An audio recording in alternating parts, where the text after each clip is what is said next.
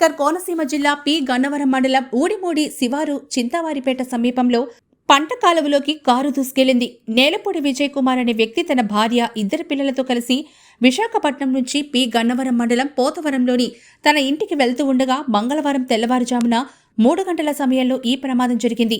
ఈ ఘటనలో భార్య, ఇద్దరు పిల్లలు గల్లంతు కాగా విజయ్ కుమార్ ప్రమాదం నుంచి బయటపడ్డాడు.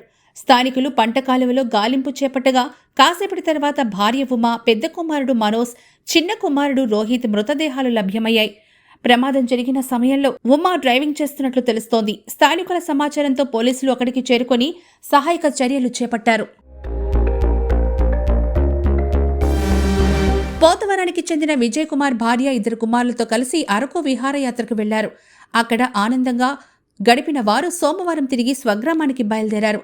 కారు రావులపాలెం మండలం ఈతకోట వద్దకు వచ్చేసరికి విజయ్ కుమార్కు నిద్రమత్తుతో కళ్లు మూతలు పడుతున్నాయని రోడ్డు పక్కన ఆపారు. అక్కడికి ఇల్లు మరో 10 కిలోమీటర్లే ఉండడంతో ఉమా తాను డ్రైవింగ్ చేస్తానని చెప్పడంతో విజయ్ కుమార్ సరే అన్నాడు. ఊడిముడి వచ్చిన తర్వాత ఆమె కారును అదుపు చేయలేకపోవడంతో కాలువలోకి దూసుకెళ్లింది. ఈ ఘటనలో భార్య, ఇద్దరు కుమారులు మృతి చెందగా భర్త విజయ్ కుమార్ ప్రాణాలతో బయటపడ్డాడు. ఈ విషాదకర ఘటన కోనసీమ వాసులను తీవ్రంగా కలిచివేసింది.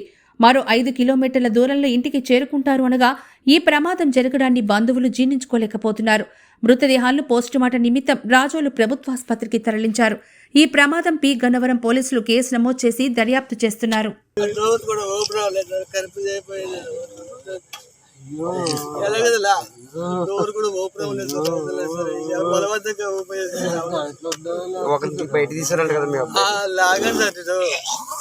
చెప్పి పెద్దడు అలాగే వచ్చాను సార్, ఎర్రని వచ్చాను సార్. ముందు నేను వచ్చేసాను సార్, ముందు తర్వాత మా ఆవిడ వచ్చింది సార్. ఆవిడ లాగాను సార్. అంటే పిల్లలు అయినప్పుడు సార్ పెద్దోడు లాగాను సార్. పెద్దోడిని చిన్నోడే కనిపించలేదు సార్. చిన్న తీసుకొచ్చాను సార్. చిన్నోడు నేను లాగా తీసుకొచ్చాను సార్. ఇరుక్కుపోయాడు సార్. ఏమో తీసుకొచ్చి ఒడ్డు తీసుకొచ్చినాం సార్. పెద్దలు అలాగే వెళ్ళిపోయి సార్. పెద్దల కోసం ఆవిడ వెళ్ళిపోయింది సార్. ఆవిడ పెద్దల కోసం ముగ్గురు రాలేదు సార్. నేను చిన్నడే వచ్చాను సార్ ఒడ్డు.